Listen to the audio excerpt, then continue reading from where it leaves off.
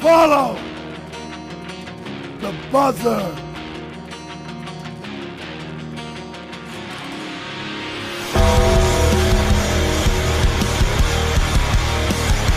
Rest in peace. Woo!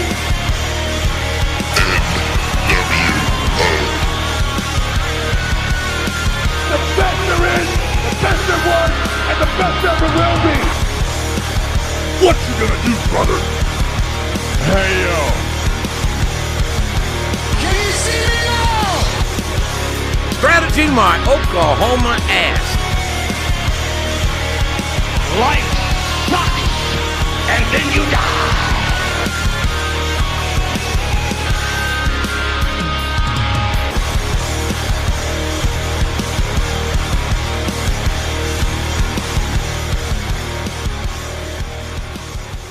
Welcome back to the JM Report, episode 78. I'm your host, GoodOlJM, coming to you from CSP Studios in Tampa, Florida, the birthplace of pro wrestling. And yes, I know I've been on hiatus, as I explained in my last episode way back when. It was about a month ago, so let me not exaggerate. But yes, that there were some opportunities opening up for me out here in the Tampa Bay area. It just took a little while longer, to, cross the I's, dot the T's and stuff like that. And, well, yeah, it's official. I'm not even sure if I can even say mention here, but, well, I'm sure I can say this because it's already been mentioned on my personal social media pages, and there wasn't any concerns, for lack of a better term, being brought up. They are aware of this particular show, but because neither one is affiliated, then I guess it's okay to say that I am now officially a member or an employee of Cox Media Group. And I gotta say, it's been a lot of fun so far and meeting a lot of interesting people. And it's just the beginning. I'll say that much. And just want to thank everyone involved in helping me in my path to basically kickstart to where exactly I want to be eventually as far as my career goes in media and entertainment.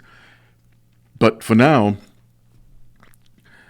a little recap as far as how the JM Report is going to move forward. Well, my work schedule, if you will, can be various dates and random days of the week. So in other words, it's not always consistent, which is fine and expected. And I could have done a JM Report the past 2 weeks, but because I was waiting to hear word from one side of a deal and on the other, as far as making reservations for a studio here at CSB Studios, I have to give a little more than 24-hour notice. And even that could be difficult and sometimes a pain in the neck when it comes to, I heard something finally from one side, but it's too late to get back to the other kind of thing. So, it's kind of a win-ish situation. But you know what? I'm not complaining too much. And again, it's just the beginning, and hopefully, as time goes by, I'll get to share some stories, at least the ones that I can. I'm not going to let all the cats out of the bag.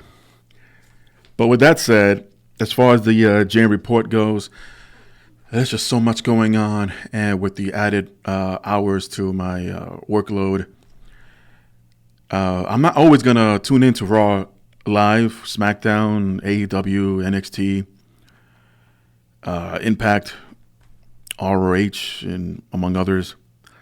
So, there was a lot going on even before the setup schedule it is now during the week from Monday to Friday, with all these wrestling shows happening on cable or primetime TV. And I did my best, I thought, keeping up with Raw and SmackDown as they were back-to-back on the week. Then later on with NXT, sometimes pay-per-view reviews, of course, and results. And now with AEW and NXT head-to-head. Well, as far as this week goes, I didn't really catch up with NXT and AEW, unfortunately. Again, just a lot going on. But moving forward, or at least after this episode, when I get to episode 79, I'm going to try just to pick out the highlights, the more important things that happen on each show, rather than run down bit by bit and segment by segment. Because, well, let's be honest, not everything that happens on either show is going to be relevant or trivial. And I just want to compress as much time as possible to get to other story-related news out there that's involving wrestling. Of course, the biggest one from last week. Not everyone saw Crown Jewel, but from what I've seen as far as anyone's impression of it or review, it was meh at best. I tend to be a little bit underneath that bracket, but you know what? It was what it was, and of course, no bigger controversy because WWE loves to throw that word around as if it lost all meaning. Even times when they used it and they didn't even fit into what was happening. But anywho, so Crown Jewel is long gone, happening over there in parts unknown. And you knew one of the reasons why Brock Lesnar was the first match on the card defending the WWE title against Cain Velasquez in a 3-minute match, maybe less than that. And I even mentioned on my social media pages of Good Old JM, well, somebody wants to go home early, and sure enough, that's ended up what happened. Maybe not right away, but definitely before the show ended. And apparently Brock Lesnar was leaving the show. Hulk Hogan, who had mechanical issues himself, even before he got to parts unknown, he had to make a stop in Greenland from the States. It turned out that one of his tires on his private jet was damaged or had a flat tire. And coincidentally, right across the tarmac was Ric Flair's private jet. And Hulk was like, "Hey, brother, can you help a brother out?" Yeah, I'm sure Flair and all his Flair wisdom. Woo!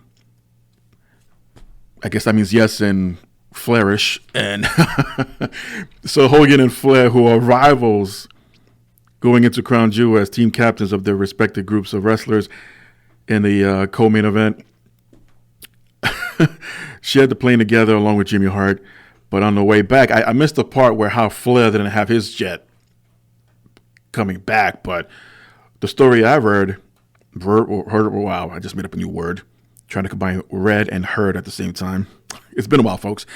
The story that I have read was that obviously Hogan didn't have his own private jet. He left it back in Greenland, as far as I know.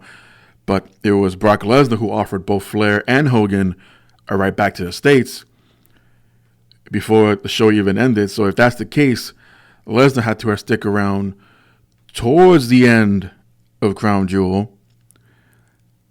Either way, he had his own private jet, so it didn't matter. He could have left the next day and more than likely would not have had any issues. Also, who left earlier was Vince McMahon.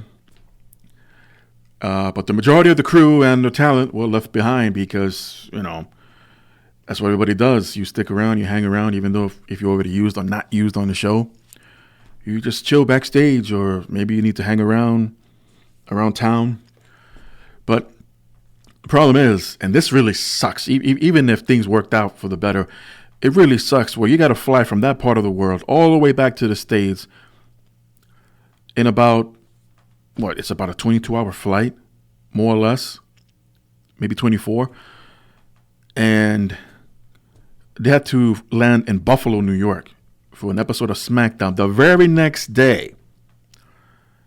If you go by time zones, Eastern Standard Time, we got the show started here on the network about, 1 o'clock? Okay. So literally 24 hours later, they either could have been still flying or just about to descend into the States in Buffalo, or just out another hour, half an hour, give or take. And then about 7 hours later, they had to be alive on SmackDown, at least the ones that needed to report as far as the SmackDown roster goes. And if this draft means anything at all, it doesn't. So anyway, first I heard that there were mechanical problems. Then there was an issue with the fuel. There was an issue where there was one of the maintenance personnel left their truck in the path of said charter plane that all the talent and crew was supposed to fly back in. Just left it there. And that they couldn't get in contact with him or have anyone else on staff, on hand, on property that was qualified enough to remove said vehicle. So as you can imagine, huge charter plane, more than 175 people of wrestlers and crew members of WWE. To say that it got restless by the end of all this is being polite about it. I don't know if this would replace the infamous plane ride from hell from 2002, I believe it was. And more insight that this was probably the biggest amount of wrestlers from WWE that headed out there. And to be honest, it was quite impressive considering that they have the option of not going, not to participate. Hey, you guys will be out for a day or so. I'll be home with my family. Or run chores or catch up or maybe finally finish up painting the white picket fence in front of my yard. So through various reports, which I'll get into in a bit, besides the stories I've just mentioned, shit got even deeper with rumors.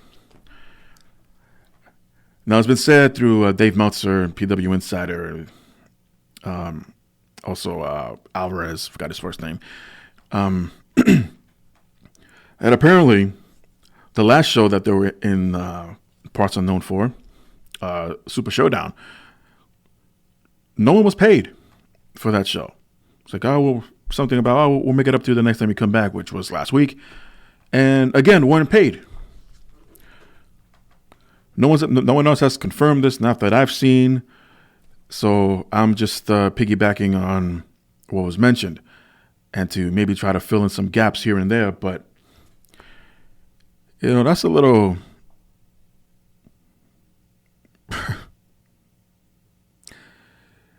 you're bucking with people's money and time and efforts to come to you, go to your country, put on a show for a few hours, and then try to leave because they got another one in another country, which is most of their homes. And then something like this happens where, conveniently you guys are stuck. Now, Vince was long gone.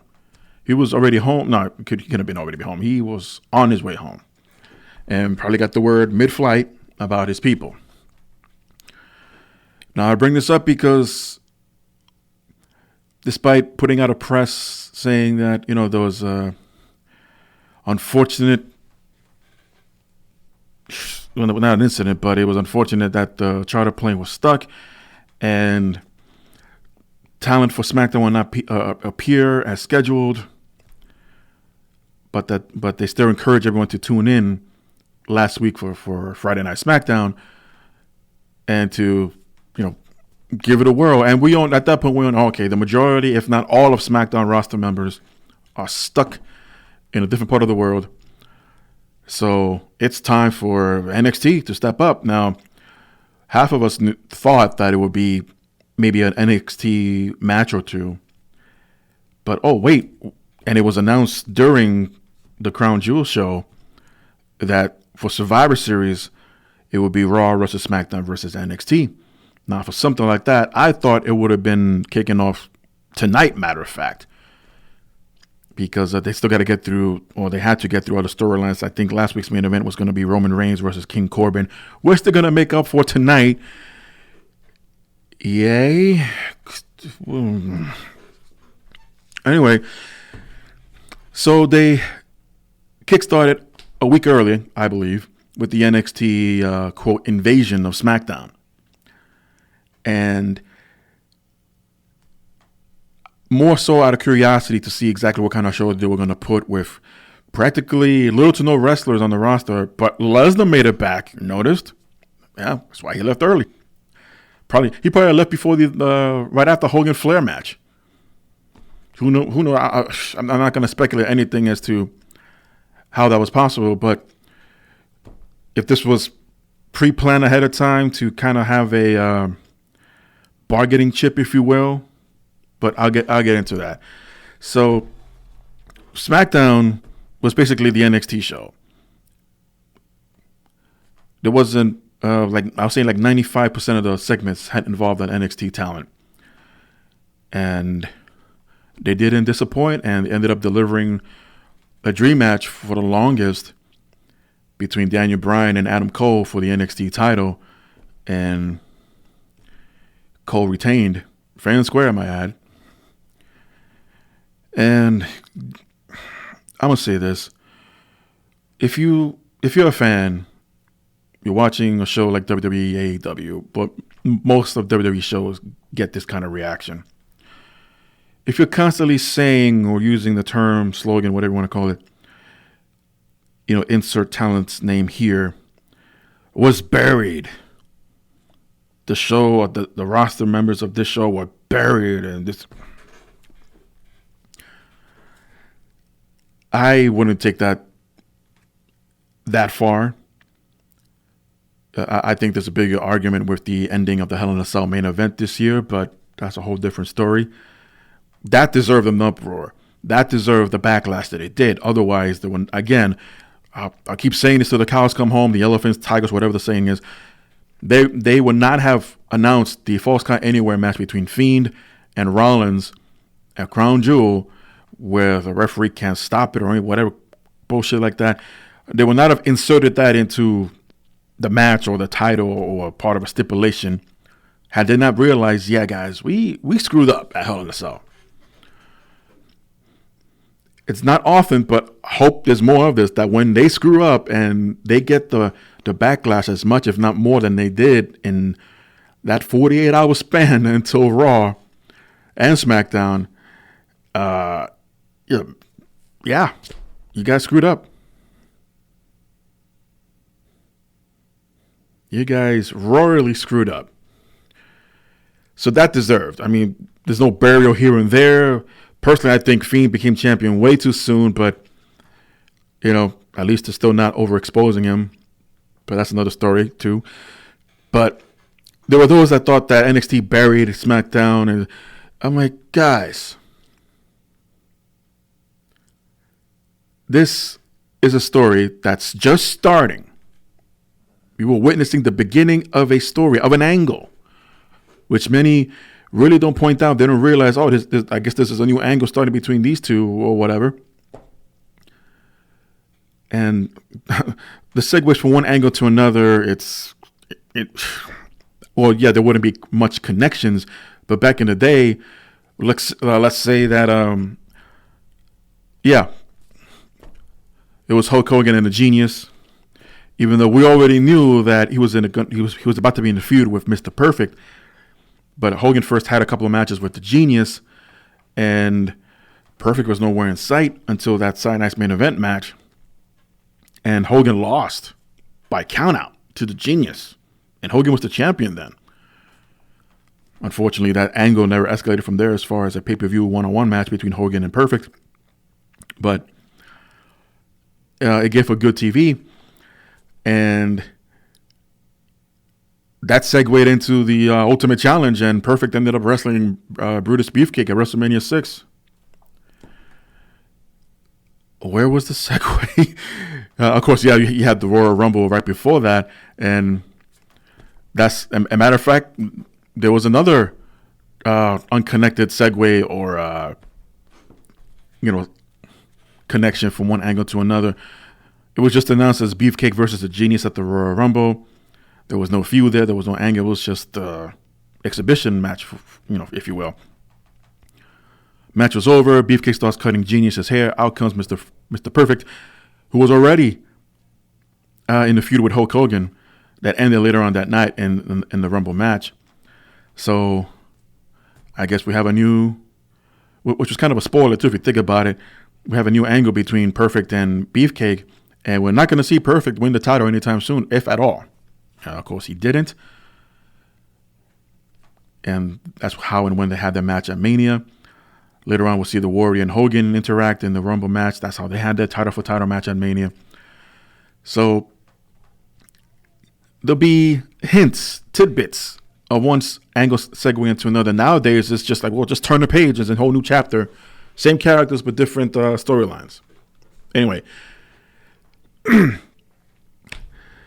But back to this whole burial thing. Again, it's the beginning of a new storyline. I missed the part where at the end of SmackDown last week, Triple H was on the microphone saying, "Oh, you wanted a war, you got one." Whoever said that? Talk about lack of or no consistency. Who said anything about a war? It was advertised, yeah, Raw, SmackDown versus NXT, Raw, and all them people. Fine. Curious to see how they're gonna interchange or interlock all these Survivor Series matches, mix and matching of our talent. But we will find out later on this past week on Raw that won't be the case, at least for a handful of matches. But this whole burial thing about the SmackDown roster, like, guys, relax. And I'll say this, and if I lose listeners because of it, well, then so be it. This is how I feel. Those who overuse the term buried, or probably even know the meaning of the word, just because in one night or one match, a talent could be on a winning streak, all of a sudden they lose one match, oh, they just buried him. How in the hell is that a burial? First of all, it's wrestling.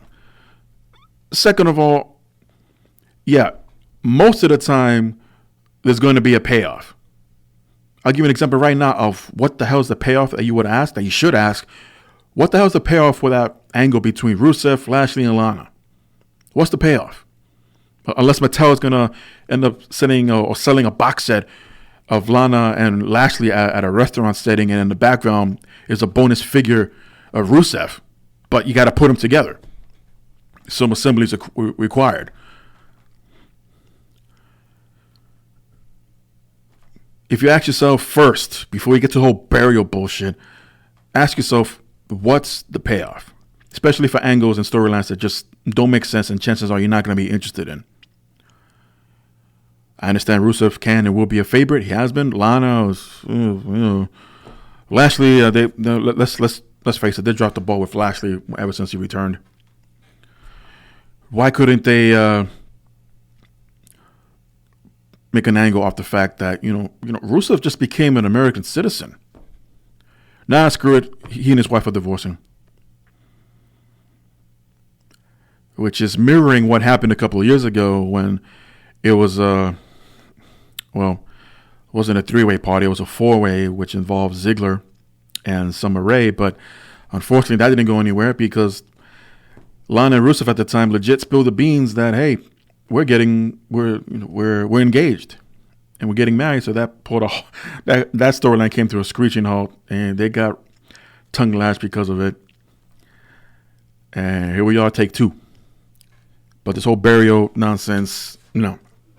It's people like that who give other fans like myself a bad name, that you don't know what you're talking about. You're listening and reading off bullshit sources and this and that. That may be true. But the thing is, on the other side of the coin, those who lash back are saying, you read tabloid bullshit and blah, blah, blah. Okay, well, provide us with some intel. Here's a story that's now just hanging out there because it reached to a point where either you're denying it, or that's not what happened, or that's not the whole story. And okay, fill in the blanks. They don't know what they're talking about. Next question. They're like, what? Is everybody in fucking politics? Answer the question. It can't be any simpler than a yes or no. You do or you don't, and other points in between. It cannot be that difficult. It's anywho. So this past week on Raw, the quote invasion continued. Although this one we saw coming as everybody pulled up in SUVs in the back. And throughout the show of Raw, everybody was wondering when would this happen. But of course, this was also the show of where Seth Rollins needed to address what's next for him after losing the Universal title to The Fiend at Crown Jewel. And at least he made one good point, storyline-wise, about that he tried his hardest. He put all his effort into stripping, basically, the title from Lesnar in the first place. Now he's got it back. Surprised he didn't say anything, because of Kofi Kingston's fault, and that could have led to something else further down the road. But no, he's still a babyface, and Kofi's still a babyface. And not playing the blame game on anybody, but just the fact that Lesnar had an opportunity and win the title back. So that's that. And I'll get to Lesnar in a minute. Triple H then comes out, offers basically Rollins an opportunity to rejoin NXT since he doesn't know where he stands between Raw and SmackDown. Where it shouldn't even come down to it. If Rollins should stand with Raw or WWE in general, if, again, the draft meant anything. The Undisputed Era come out through the crowd. They didn't really go after Rollins. They just stood on the apron. Then the OC come down, trying to even things out. And I was hoping for a huge 8-man tag right there and there, but instead, the OC chase out the Undisputed Era, and they'll catch up with them later on NXT as they would jump backstage. The Undisputed Era were by the OC, and the OC made their long-awaited debut in NXT this past week, especially AJ Styles, which many feel he shouldn't have skipped straight to the main roster. But hey, what can you do? But back on Raw, instead of an 8-man tag like I thought we were going to have, Rollins then tells Triple H, like, well, give me Adam Cole for the NXT title, which in many respects, another dream match that we had on Raw. Unfortunately, this one ended in a DQ, which, I mean, yeah, you still want to protect Rollins. Yeah, you still want to protect Cole, and I get that. Unlike others that say, oh, they buried Cole, he couldn't beat Rollins. Shut the hell up. So this led to a huge brawl that ended the show, but not before Keith Lee got his suicide dive over the top rope, which was impressive. If Ricochet can do it, well. So, of course, this leads to tonight's SmackDown. See how they will retaliate now that they're back at full force against NXT. And this past Wednesday, as I mentioned, the OC invaded NXT. And it wasn't throughout the show. It was just they appeared at the beginning, cut a promo. And in a 6-man tag team match, they challenged Tommaso Ciampa, Keith Lee, and Matt Riddle. Only to have Finn Balor intervene, and, well, SmackDown got a leg up on NXT this time. That makes you wonder so what does Finn Balor fit in? I mean, he wasn't drafted at all. He was back at NXT long before that even happened. And it's curious that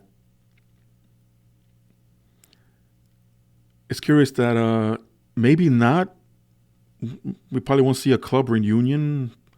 I mean, it's coincident that they were all there at the same time as far as the club members that are in WWE.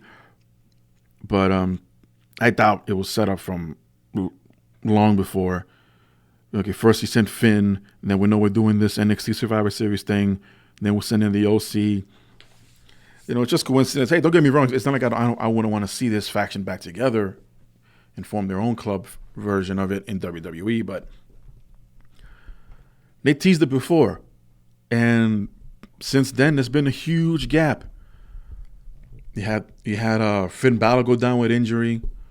They had their one-on-one match after Styles had to travel back from South America to, what was that, the No Mercy pay-per-view was supposed to be Bray Wyatt, Sister Abigail, but he got sick.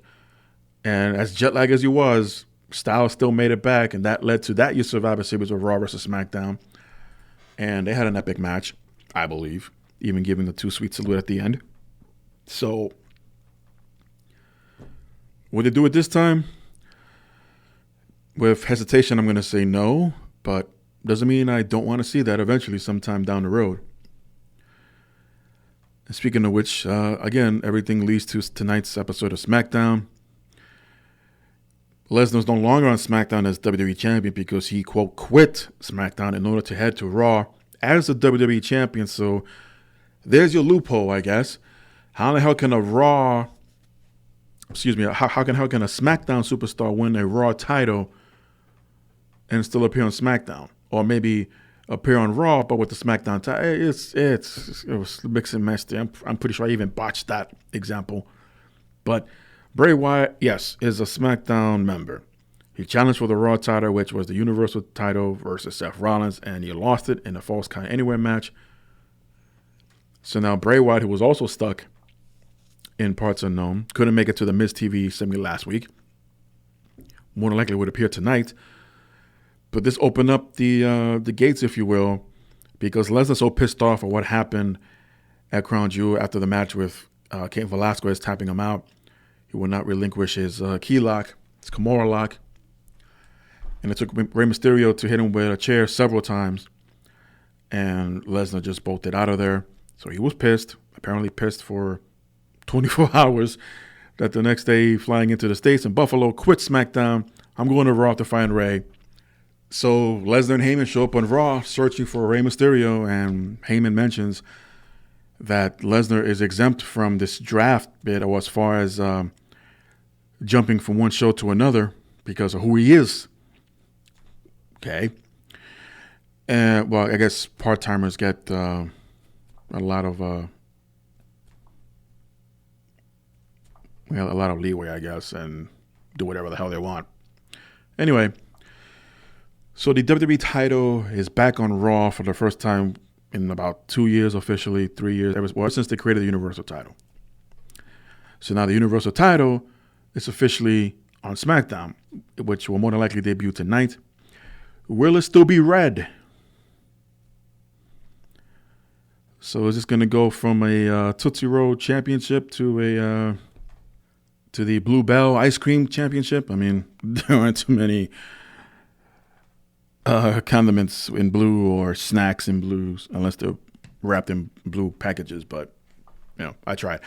Anyway, I remember seeing concept art from fans. Well, since the Universal title is on Raw and it's red and the belt is red, why not make the SmackDown title, the WWE title, and blue strap? But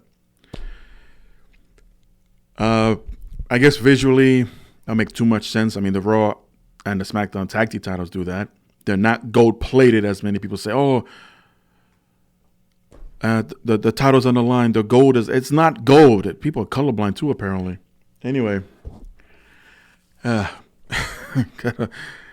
it feels and sounds like I got a bit of frustration built up for the past month or so. But no, it's just the same old bullshit all the time with these people every week.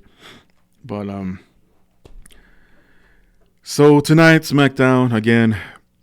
We'll see how they retaliate and how NXT will fit into everything.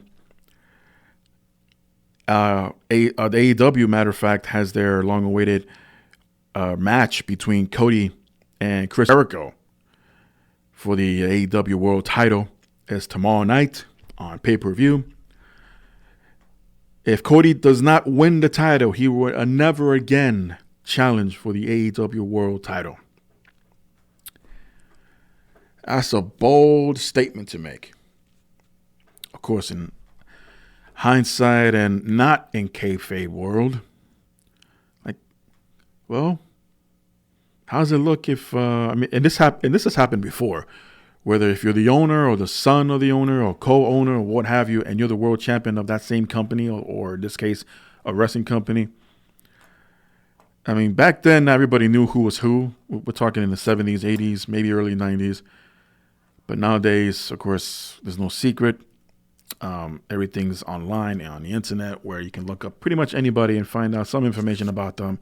And if you come across Cody Rhodes, one of the founders of AEW, and he's working and wrestling for them, backstage and in front of the cameras. And, hypothetically speaking, and he's their world champion, So, conflict of interest? Again, it's wrestling, folks. But curious to see of the outcome of this one. I mean, Did everybody really expect that the Young Bucks would become the AEW World Tag Team Champions on their first go? I mean, that's just saying. But either way, it won't take away the fact that this will be an incredible match. Also, in a non-sanctioned lights-out match, by God, it's been a while. Jon Moxley takes on Kenny Omega. Santana and Ortiz in the tag team match go against the Young Bucks. Adam Page takes on Pac. Riho will defend the AEW Women's title against Emi Sakura. And speaking of the AEW Tag Team Champions, the newly crowned Tag Team Champions from a couple of weeks ago, winning the Tag Team Tournament. So we SoCal Uncensored as Frankie Kazarian and Scorpio Sky defend against the Lucha Bros and Private Party.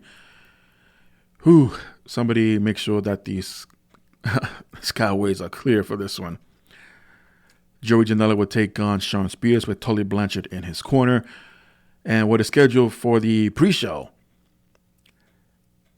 you got Dr. Britt Baker taking on B. Priestley in a one-on-one match. So that's about 8 matches in total. I'm sure they will stretch it out a little bit time-wise, giving everyone time for their matches. And, call me a sucker, call me a mark or whatever, but I like how AEW that is, I like how they have their shows set up. Little to no promos, and if they do, they get straight to the point. Sometimes the crowd gets into it and, with their cheers or sometimes boos, depending who's in the ring, or sometimes on top of the stage, they can drown out whatever the talent's trying to say. And they got to wait a few just to, can I continue speaking my promo now? But I like how they have it laid out to just get to the point, because it's a wrestling show. We should see wrestling. Not too much drama, not too much backstage nonsense. If there is any, it better be related to what's going to happen with Seth Evolved and help further their angle. And I think they've done a really good job of that. And not that ratings or numbers don't mean anything. And people can use the excuse, it's football season, it's hockey season, it's the playoffs and this and that. Fine. Since that was a thing, ever since that was a thing, it's just a matter of interest in the audience. I'm not saying that you cannot be a football fan and a pro wrestling fan, or vice versa, or any combination of that. But sometimes you're a fan, but your team's in the playoffs, and you got to watch the football game or the hockey game and just get back to Raw and or SmackDown or AEW later on. And that's what DVRs are for. And if you don't have those, well, there's streaming services. There's on demand. If you don't have that, then there's social media or YouTube, for example. So, enough with the bullshit excuses like, they didn't get this big numbers because these fans didn't watch, or there was a power outage, or whatever nonsense comes out nowadays. And not everyone needs to be converted to a wrestling fan or to whatever sport or interest that they might be at the same time in that same time slot. Just give people a break, cut them some slack.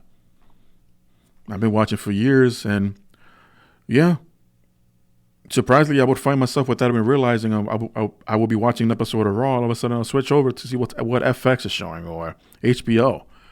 Like, they showed this movie last night and I missed the premiere. Well, let me watch for a few, find out when the next showing is, and DVR that. Okay, and I'll go back to Raw. During the original Monday Night Wars, I would literally have one cable box in my room attached to the VCR, and in a separate room where the computer was, another cable box with another VCR, and it will simultaneously record both shows. So I was trying to make sure I didn't have any excuse not to watch both of them, obviously not at the same time, but within a span of 24 hours, and just to try to keep up. Because honestly, I got tired of channel surfing. I got tired of watching one segment switch, like, they got something good here, but they got something good over there too as well. I got tired of that. I really don't want to do that anymore, and just find a solution, which I did. So I just mentioned a whole bunch of solutions for today's world as far as entertainment goes. So enough with this ratings nonsense. Does it help? Yes. Does it show where everybody's tuning in and where their allegiance lie? Sure. Long run, does it really matter? For months, years, I dare say, like, oh, if the Raw rating drops to a certain number, they're going to lose their sponsors. No, they're not. Or the USA is going to pull the plug. No, they're not.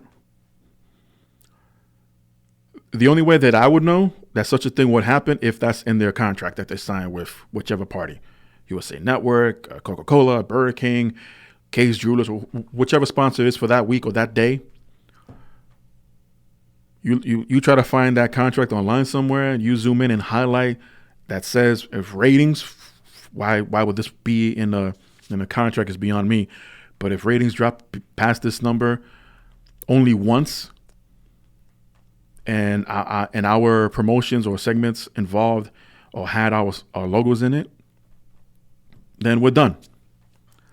Because then at that point you're messing with people's money.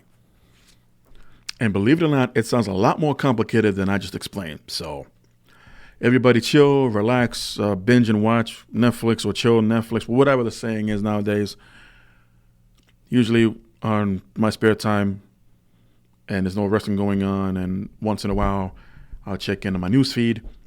But I'm playing some PS4, some Xbox, playing catch or tug of war with a piece of rope or an old pair of socks with my dogs. There's a lot more to life than just worrying about ratings. That they're not your ratings, they're not your numbers. Hell, it's not even your company.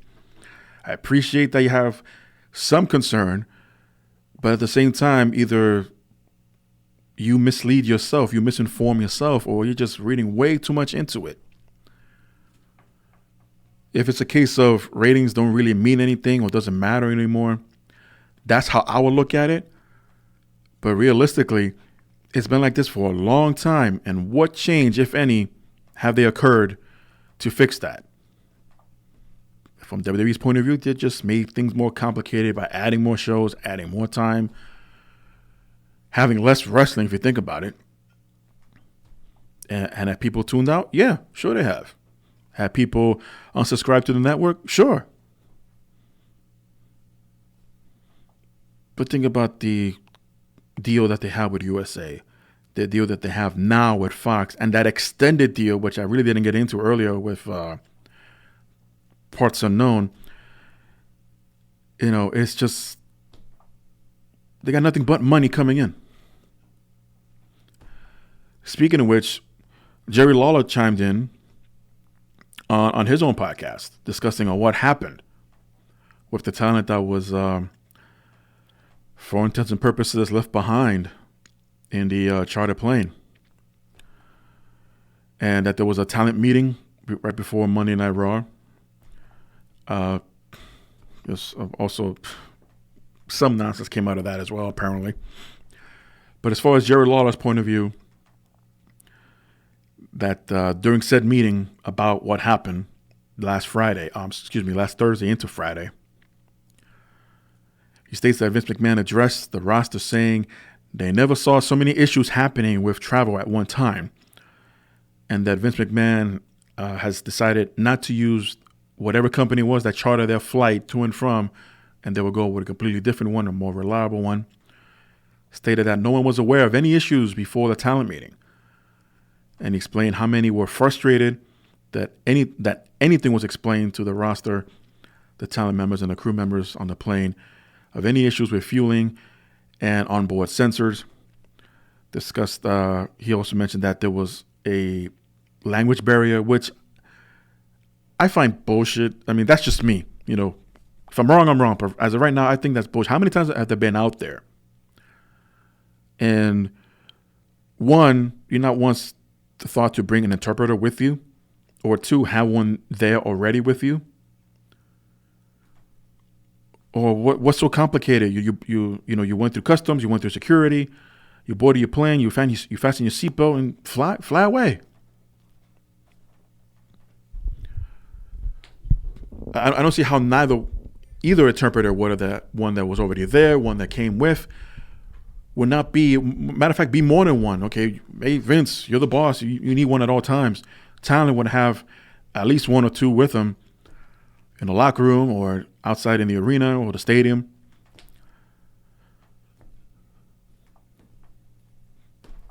Just saying. Anyway, Lawler will continue talking about AJ Styles and Carl Anderson, who had already spoken out about what happened,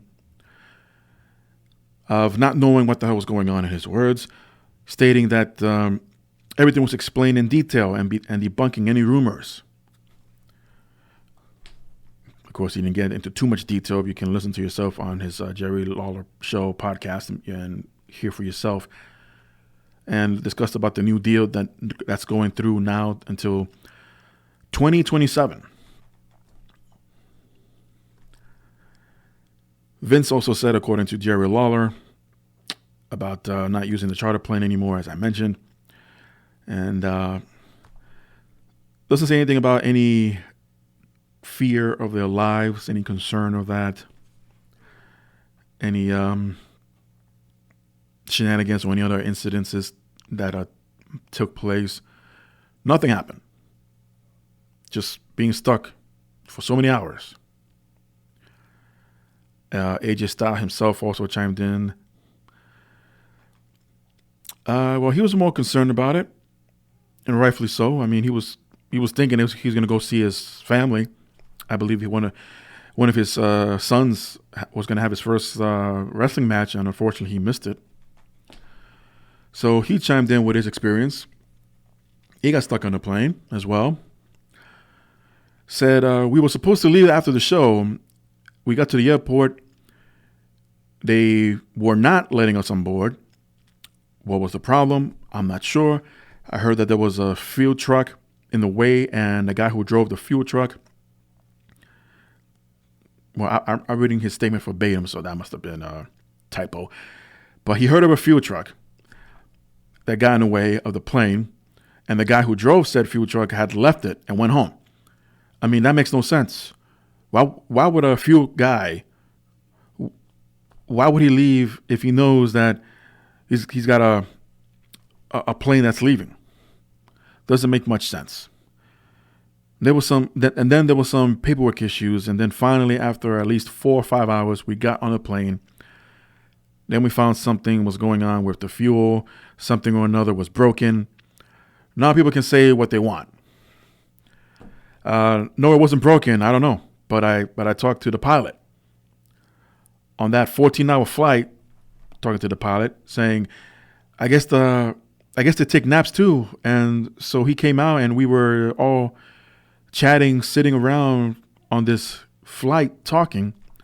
And the pilot told me that there was a major layover since the flight, that the crew on staff couldn't work a full 24 hours. The flight crew, that is. So their shifts had timed out, furthering the delay for the talent. I mean, okay, mind you, all airlines, not exactly 24/7. There's probably a 3-4 hour gap in between, as if like the old days of television. They'll go off the air from after midnight and they'll come back on the air about maybe 5-6 in the morning the next day. Airlines don't have that long of a gap in between. At the very least 4 or 5 hours to my understanding, and it starts over again, hence the red eyes. But this flight was scheduled to leave at a certain time. All of a sudden the crew is not available, or it overlapped because, oh, hey, I guess the flight crew that would have flown with you anyway will now not accompany you on said flight to your final destination, or if there was going to be a connecting flight somewhere else.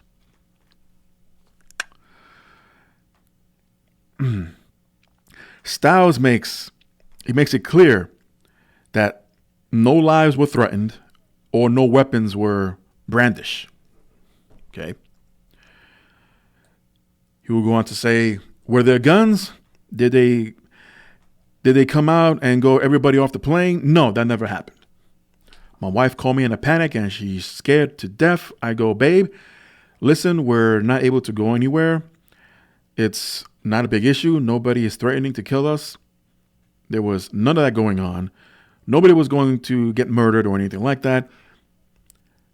Any of that never happened. There was no threat or physical harm or anything like that. We just had to go find a hotel. And I got to tell you, I had the best sleep of my life in this hotel because I hadn't slept because of jet lag.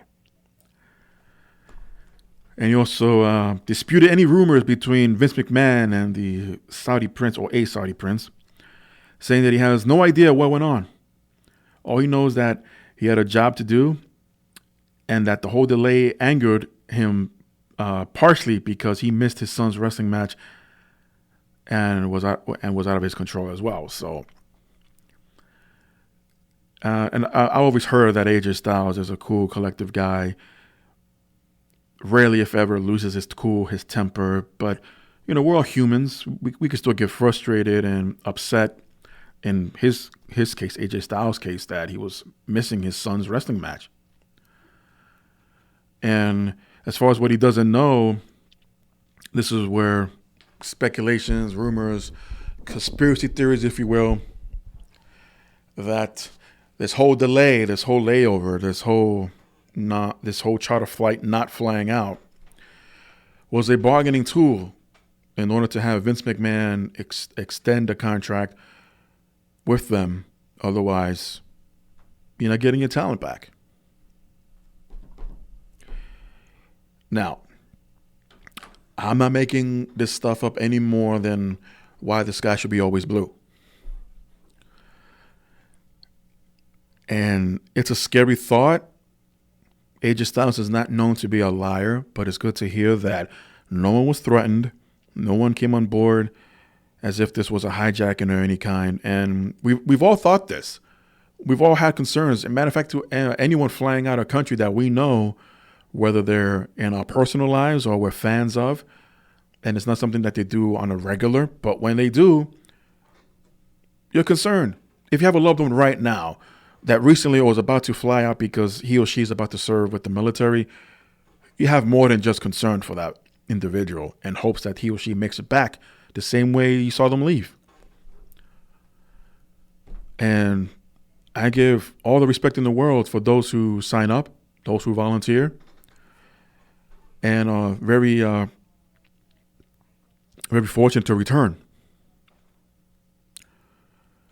This may not be exactly the same case, but still, you're going to a part of the world where not everybody's a fan of, and that's very understandable. You hear something like this, you can't help but to jump to those conclusions. So, AJ Styles is not going to sugarcoat it. Even if something went down, I'm sure he'd be one of the first to say something about it, even though the company like WWE will say, hey, take that tweet down or redact your statement or whatever.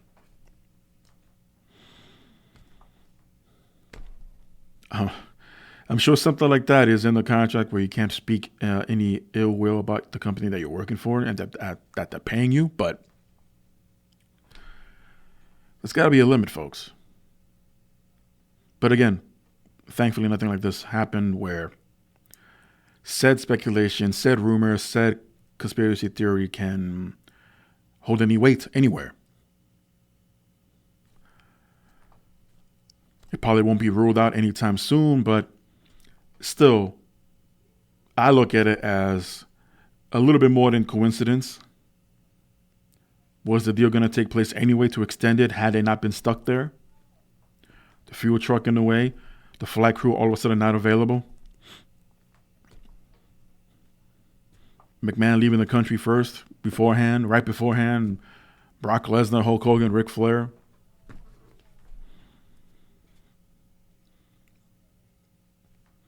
Oh, not to mention the fact that they weren't paid for the last show or this one.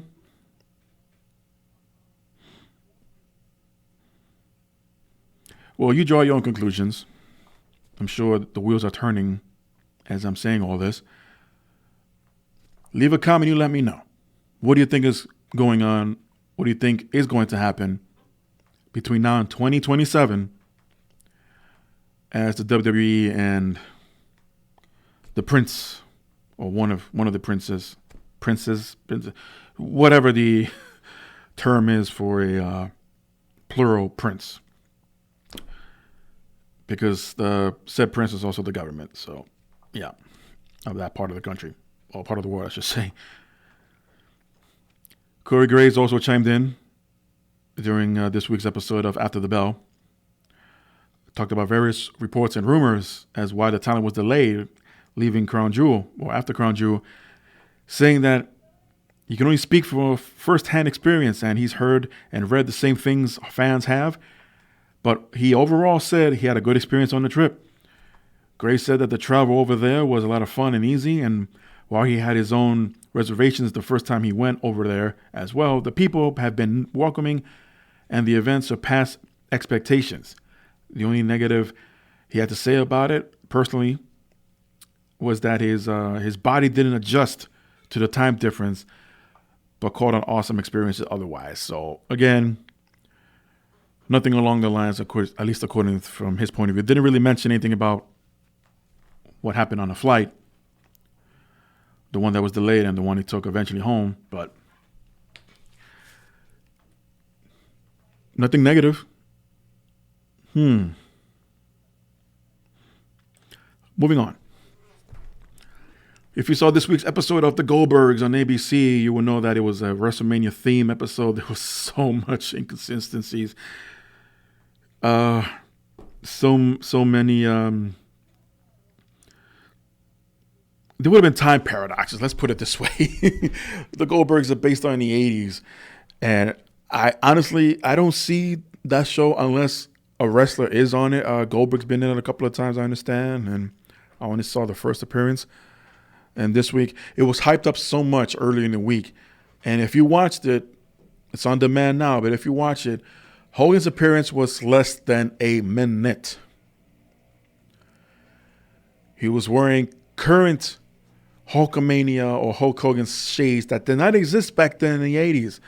That's a time paradox. Even when there was a segment where they were showing off 80s merchandise from the WWE. And by the way, they even ended up censoring the old WWF block logo in a very creative way, where one of the characters held up a magazine with Hulk Hogan on the cover.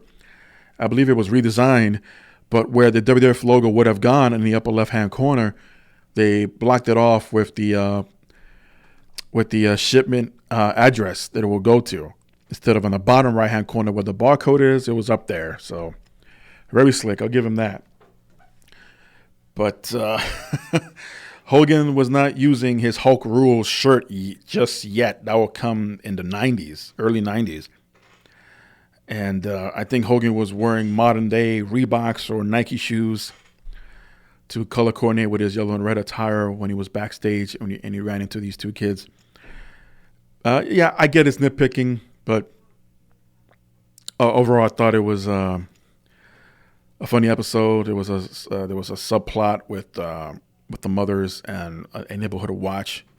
I thought that was pretty funny how that laid out. But I can't help but to point out things like that. I was a minor movie critic for a while, and things like that I don't intentionally look for it. It just happens. Like, hey, wait a minute. And of course, I know in movie theaters you can't rewind a movie, but if something appears that's out of context or one of those things that don't belong, like those coffee mugs or the Starbucks cups in Game of Thrones, something like that is obvious. But when you're talking about a different decade, and there are references of today somehow, or you won't see an iPod back in the 80s, right? And I was like, wait a minute. Did he just play an iPod, connected it to a 1980s car? But it just happens. I can't help it. It's an instinct of mine. But anyways, speaking of Hogan, he was hyping up his appearance on the Goldbergs this week. Also did an interview with Sports Illustrated. And he announced yet again that he's having yet another back surgery this coming Tuesday. The Hulkster said they're going to fuse 6 levels together. So we will see how I feel after that. Of course, Hogan, before this, even before his previous back surgery, was pushing for maybe one more last match, even though he quietly retired again. I think this time it's official because of his physical well-being. But he also chimed that he wants to have one more last match. And he didn't shy away from that topic in said interview, because after the explanation of the surgery that's coming up, Hogan is pushing for one final match at next year's WrestleMania 36 in his hometown, right here in Tampa, Florida. And it makes sense he would be envisioned in that environment as Hogan's final hurrah. Hogan would also say, "People have stuck by me even when I made mistakes. Their love and loyalty have blown me away. The memory of wrestling still connects me to people. Hopefully it's a memory that will live forever." Kind words, no doubt, but for the sake of argument, even if he's cleared by his personal doctor, by WWE doctors, against whomever Hogan will square off at WrestleMania 36, again, I'm just hypothetically speaking here, that match won't last long. And don't be surprised if Hogan takes 0 to no bumps. Maybe 1, because if he eats the pinfall, then yeah, of course he has to lay down, a la Halloween Havoc 99. But yeah, I wouldn't expect too many bumps, too many top rope superplexes or anything like that. So it's good to know that he still has that enthusiasm and that will to want to do it one more time again for the fifth last time or whatever it is. But we'll see. Earlier this week as well, it was announced from WWE that Cain Velasquez will no longer be wrestling in the Mexico City tour with WWE. Velasquez was initially set to team up with Rey Mysterio to take on the OC of Luke Gallows and Carl Anderson, but instead now will be replaced by Humberto Carrillo, who will team up now with Rey Mysterio. So what happened? Well, Velasquez will still be making an appearance at the show, but in a non-wrestling capacity. There was no official word yet as to why Velasquez was forced to be pulled out of the match, but fans, unfortunately, in Mexico City, at least, will have to wait for the next go-around, as Cain Velasquez has signed a multi-year deal with the WWE. His match performance with Brock Lesnar at Crown Jewel, not bad. Not bad. I still felt that there was some footwork he needs to work on. I felt that his timing also needs to be worked on. It's Ronda Rousey had a better go around when she debuted at WrestleMania in her mixed tag team match, which surprised me. But with Cain Velasquez, it's almost as if he's hesitating a bit, and I know most of the time you have to telegraph your moves, but he overdoes that. So it's expected for someone like a Lesnar to counter and just maybe, who knows if the match was meant to go another minute longer, but Lesnar felt like, fuck this, we're going home now. But it is what it is. And speaking of multi-year contracts, Randy Orton surprised many people when it was announced that he signed a new 5-year deal with the company, as his contract was set to expire before the year ended, and it was up to Orton to either let it expire. He'll be a free agent. I believe he would not been affected by the no-compete clause and would have jumped to anywhere he wanted to, and many speculated it would have been AEW. But nope. Call it good negotiating or throwing even more money that he ever made with the company in the 10-plus years he's been there. He's not even 40 yet, folks. Yeah, let that settle in your head for a second. He signs a new multi-deal contract with WWE. As of right now, according to PW Insider, there's no exact time frame as to how long he will be signed, even though it's, again, multi-year deal. I heard it was 5-year deal. But it looks like he'll be spending the rest of his career in WWE. At least that's what PW Insider believes. Owen was teasing for a long time. This is what upset many fans, that he might sign with AEW.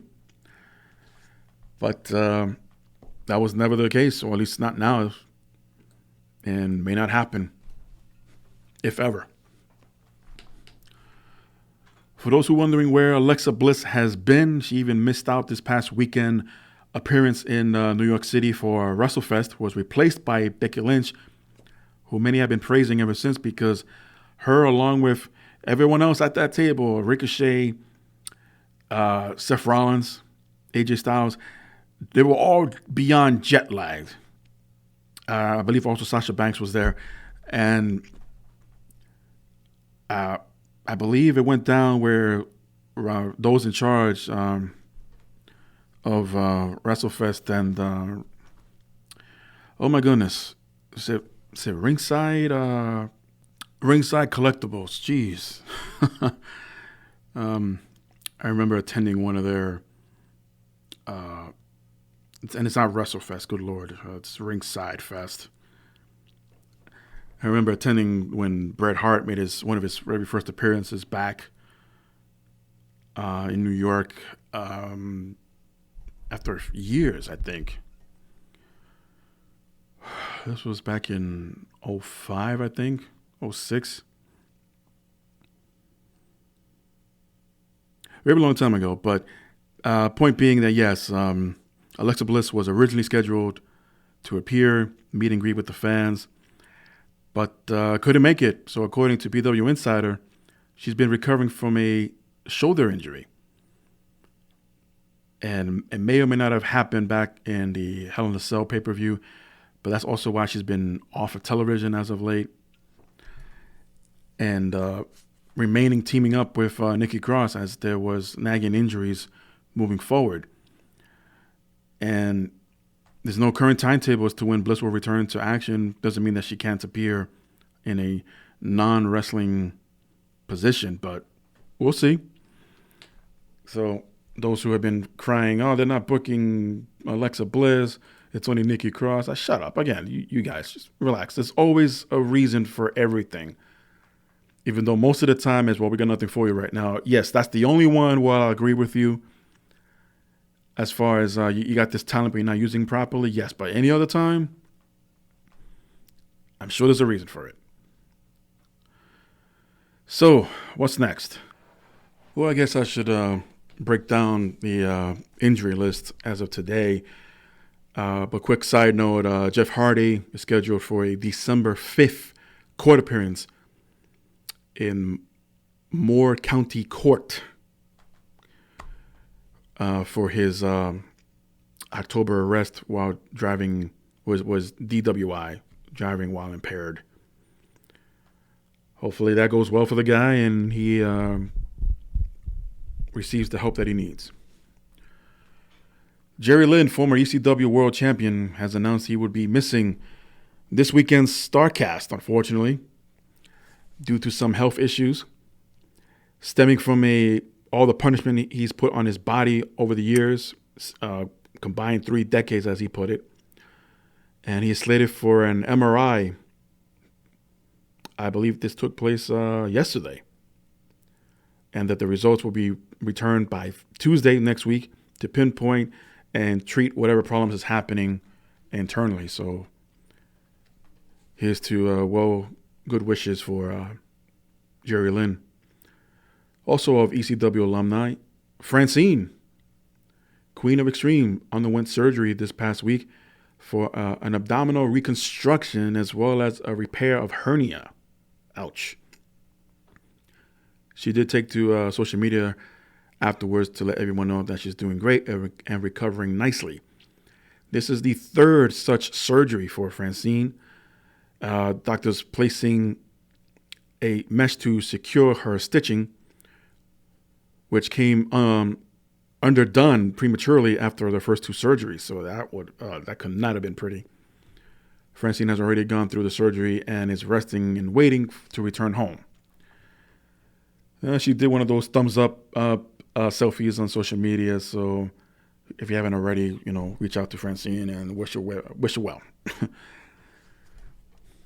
Sasha Banks, mentioned a few times earlier, has been out of action ever since Hell in a Cell with a tailbone issue. Has been cleared to return to the ring and will be back in action shortly, as well as Cedric Alexander, who has been dealing with a minor injury for the past few weeks and was cleared to return as of this past Monday night on Raw when he went one-on-one with Buddy Murphy. It's unclear now, unfortunately, as to the well-being or the welfare of Xavier Woods, who has gone under surgery to repair his Achilles heel injury. And as of right now, his comeback is looking for the summer of 2020. Man, I got to tell you, thankfully, I've never had such an injury. And the slightest little tear can really ruin your day.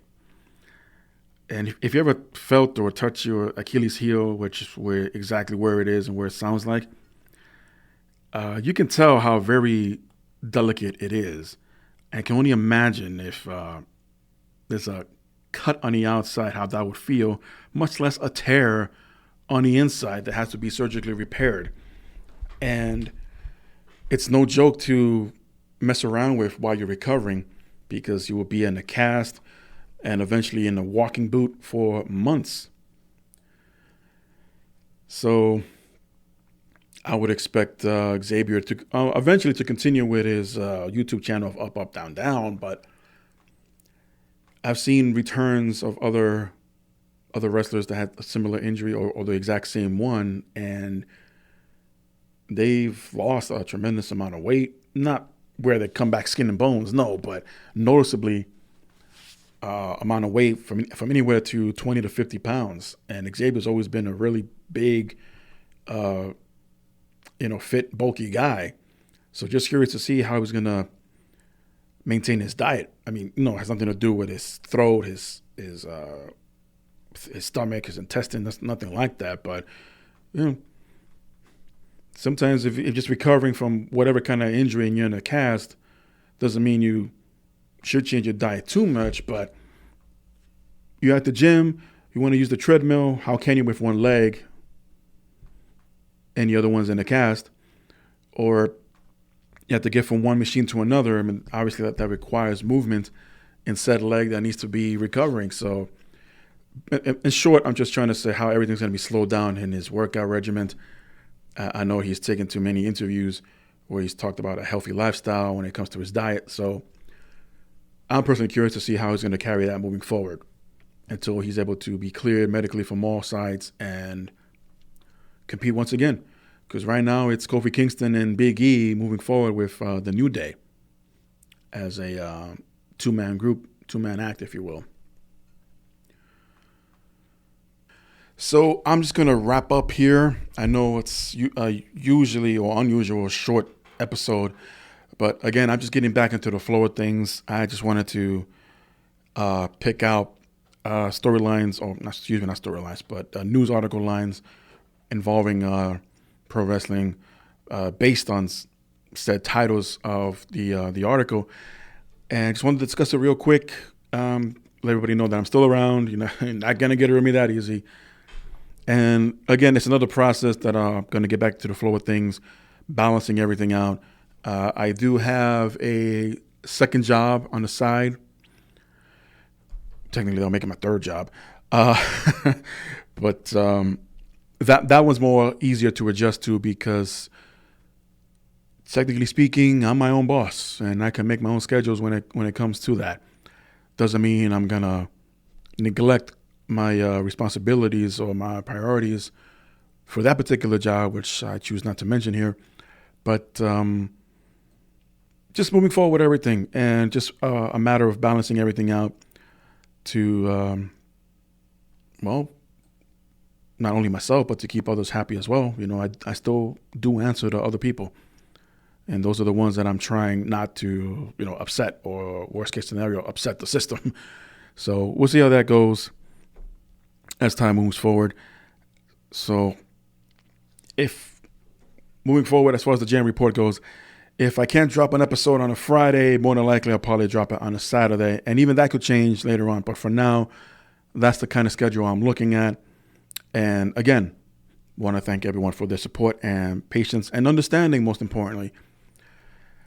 And I just realized as I'm doing this, more than likely, I'm not going to be back next week because I'll be flying out to New York City for another meet and greet. Hopefully, if the invitation still stands, I'll probably be hanging out with some of the original Glow Girls who I had the opportunity to interview here earlier this year. You can check out episodes of Talking with JM. I have Hollywood and Lightning along with Lady Oyanka. And one of my recent episodes of Talking with JM, also speaking with, I missed that opportunity to speak with the Royal Hawaiian as she was a bit under the weather at the time. But I do have a single interview with Hollywood, Georgia Smith as well, along with Envy from Glow. And with this experience and travel that I'm doing to New York next weekend, I'll see who else is available for a sit-down with me for another episode of Talking with JM. So with that said, everyone, thank you for, again, their understanding and patience and support for the past year and a half. It's been a hell of a ride, and it's not over yet. I'm not ready to get off. So if you like what you heard, leave a like and comment down below. Subscribe to the Good Old JM channel. Also, if you follow in the descriptions, where else you can follow me on social media. If you would like to leave a message, I'll get back to you as soon as possible. And I know I just sound like a machine there, but I'll reply ASAP. I'm always available to chat with anyone and respond to any questions or comments left in that section. So until then, till next time, everybody, behave, be good. It's Good Old JM.